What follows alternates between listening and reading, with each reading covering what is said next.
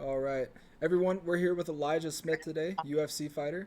Um, I'd just like to say that we are a little bit different than a normal podcast. We have an interactive podcast where our community they can ask questions as well. So, just to get started, the first one that I see here, starting all the way back to your amateur days, you went 5-0 at the start of your career.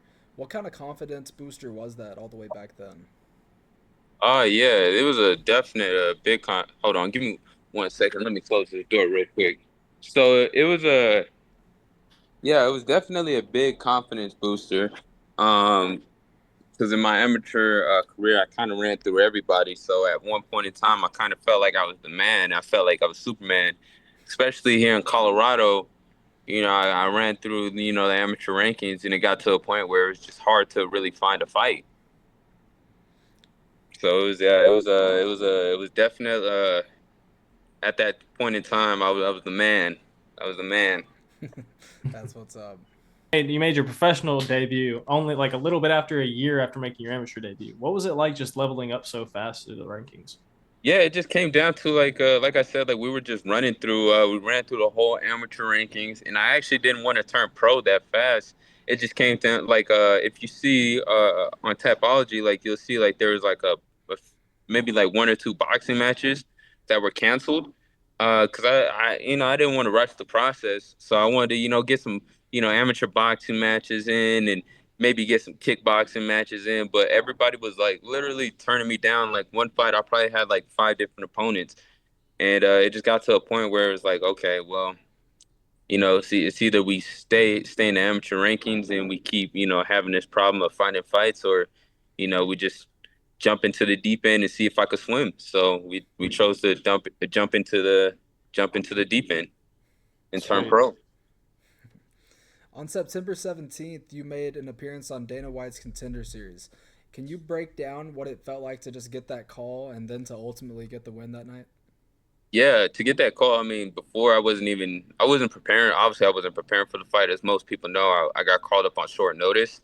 I just remember I was at work, and at the time I was working at a Subaru dealership. I was a express advisor, and I was dealing with some customers, and I knew something was up because my pops was calling me, but I wasn't able to answer. So I was like, I'll call him back once because I was dealing with customers. I was like, I'll call him back. And then my manager called me. So once my dad called me, my manager called me like right after each other. I was like, okay, something's going on. So then I called my manager back, my boy Jason House with Iridium. I called him back, and he was like, "Hey man, we might have an opportunity." And I was like, "What are you talking about?"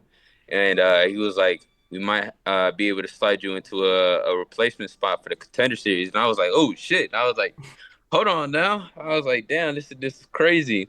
So he told me, he was like, if you get the spot, they'll call you back, or I'll let this week.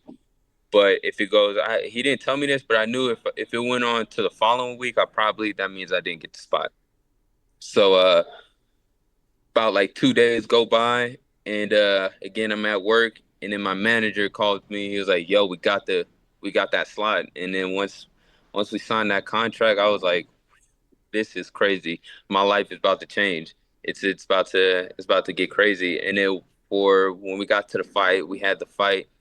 Came out victorious. I was still a little shaky on if I got the contract, because I know Dana White. He's looking for guys, looking for finishes and stuff like that.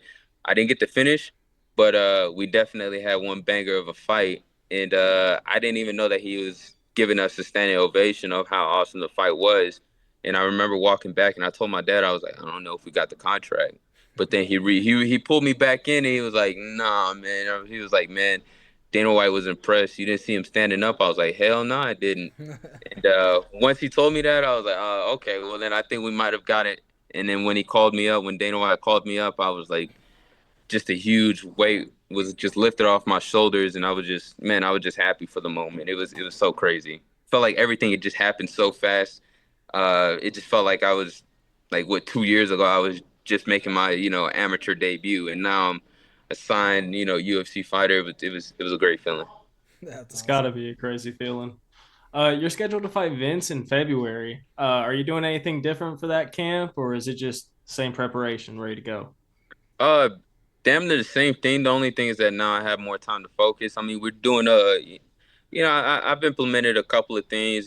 Training, getting some sparring up with some of the guys up in Denver at Factory X, or going down to college, CSU Pueblo down there wrestling with some of those guys. But the biggest thing for me is that I have more time to myself because got the contract signed. Um, since I got the contract signed, I was able to quit my job and go full time, so I was able to put more focus into my craft. Sweet. Get even better. Yeah, no, it was dope. You're only 22 years old and haven't made it onto the biggest stage. What words of advice could you give a younger fighter trying to make it one day to the UFC? The biggest advice that I can give another young up and coming fighter is that just know that your time is gonna come, but it might not be at the time that you wanted to. Because I had problems of like I was running through everybody. I was beating everybody. I felt like I deserved this and I felt like I deserved that. But it took me until like I talked to some of the guys up at Factory X and they reeled me back in. There was like, yo, everybody's on a different wavelength. And I was like, okay, that makes sense. There's guys out there that I know that I'm better than and they're getting called up for contracts. But all I can say is just when your time comes, be ready for that. So just stay focused, keep grinding, do the little stuff that you hate doing. That's what's really gonna make you a better fighter. There's times I come into the gym where I don't want to train, but those are the days that you need to train. So I mean, that'd probably be my biggest thing is just go at your pace. Your time is gonna come. Don't rush anything and stay focused. Awesome. You have your dad as your coach. What's it like having him in your corner? I mean, that feeling must be awesome. Yeah, it's cool. It's definitely awesome. It's an awesome feeling, being comfortable. He knows me more than anybody else does. At times it can get annoying when it comes down to training.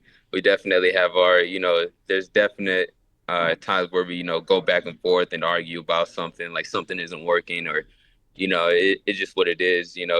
Especially during fight camps, like I'm always, I guess some people say I may be a little bit, I get more emotional, meaning like I get more annoyed during fight camp because I'm like so focused on the fight and I just have this like this energy of like, yeah, I ain't got time to bullshit. So sometimes I could be a little bit more emotional, but for the most part, yeah, it's always awesome having your pops, in your corner, coaching you. It's just somebody who understands you the most. It's got to be pretty sick. Yeah, no, definitely. And then on top of that, I mean, shit, at least when I pay somebody, it's not it's somebody that I know, somebody in the family. So it's like Yeah. it makes sense. Yeah, that Yeah. is awesome. What is it like training at Victory MMA? It's it's really cool training at Victory MMA because we're not the biggest gym yet. Like we're not a Extreme Couture or Syndicate or something like that. So I get more, I'm able to get more focus time. I mean, one of the main reasons why is because my pops is my head coach, but it's really cool because a lot of guys they go to these big gyms and you have a bunch of different fighters. The coach is always flying out every other week to go, corner some other guys. So you never really get that true time, one-on-one time with the head coach. So I mean, it's really dope. We have a lot of young up and coming fighters as well, and just feels more like a team than like people trying to tag along as of right now. But the gym is gonna grow, and I hope that me submitting my legacy in the UFC definitely grows our gym. But as of right now, I can't tell you like it feels good to get more attention, more attention than I would at one of these bigger gyms. That's awesome. You're pretty open about your music. Who inspires you for it the most? Oh man, everybody gives me shit about this, but really, if I'm being honest, is it's either like between Kanye or Drake. Like when I think of like being an artist and being able to tap into different genres of music and just being really creative, I just think those two right now. I mean, especially I know Drake and Kendrick got that little beef going on, but if we're just talking about music and just being being creative, I think Kanye and Drake are just geniuses when it comes down to music and making new sounds. So that is just something I always aspire. Like I always tell people like I never wanted to just be known as like a rapper. I want to be known as an artist, you know. I can tap into different genres of music, and I just feel like being labeled as an artist just uh doesn't really narrow down to like one thing. Like I'm not just a rapper. I'm a, you know, if you need me to get produce or engineer, I can do that. If you want me to, do some harmonizing vocals, play an instrument, something like that, it's always that's what I like to say. That's sweet. So do you do your own beats and everything? You mix it all yourself, all that? Yeah, so I don't make my own beats, but I do the engineering.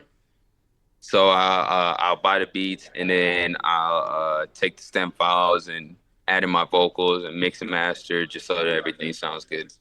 That's sick. Yeah, a lot of learning, a lot of YouTubing, a lot of reaching out to friends who I know that be producing. But I was like, one, I didn't want to keep going to the paying somebody else for something that I know I can do myself. And two, I'm like, why not learn it? Learn this aspect. Just makes it easier and makes the creative process a lot more fun. I mean, it's a pretty cool thing to know. Yeah, yeah, no, it's really dope. It really is. Like I'm like, damn, like if I just change the pitch or change the compressor or change the EQ, you get a whole different. It's so crazy. Mhm. I just had one of our Discord members ask.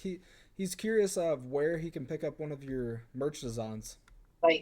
Yeah, so I have my millions. I have my link to my millions merch. It'll be in my Instagram bio. I have a tree link, so it say millions merch. Once you click on the link in the bio in my Instagram page, which is Shakur Bago too, it'll be right there. All my merch and everything will be up for sale.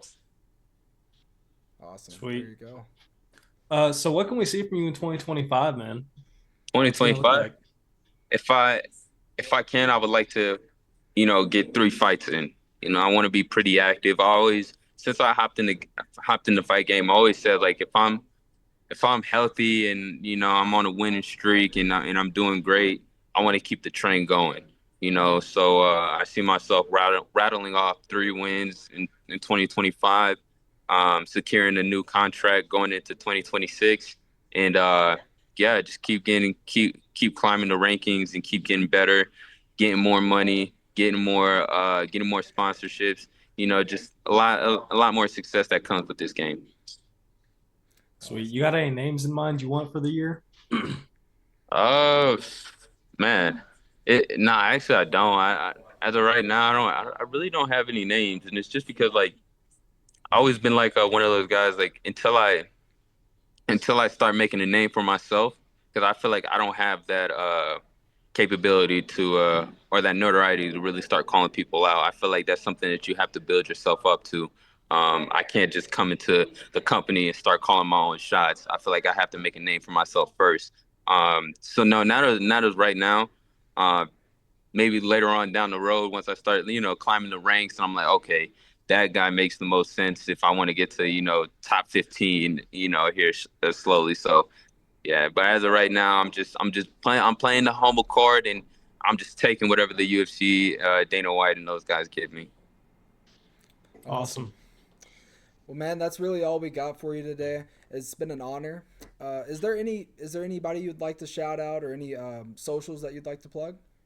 Yeah, so definitely, guys, I wanna give a shout out to my team, Victory MMA, all of my coaches. I want to give a shout out to Sheath Underwear, one of my main sponsors. Trainwreck, that's what we'll be watching UFC 311 here in Colorado Springs.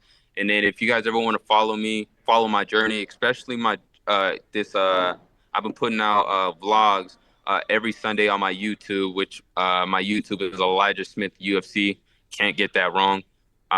Every Sunday, I'm putting out a vlog, just following up all the way up to my UFC debut. So if you guys want to see a lot of the behind the scenes, go check that out. I also stream on Twitch. Again, it'll be Elijah Smith UFC. Just if you really want to get to know me and really understand who I am, definitely check those out. And yeah, just keep following the process. Well, hey, man, we wish you best of luck on your debut come February, Yeah, yeah. February No, you're all 15th. good. Yeah, best of luck, man, and God bless. Thank you for coming on today. Sweet. No, I appreciate you guys having me. Thank you.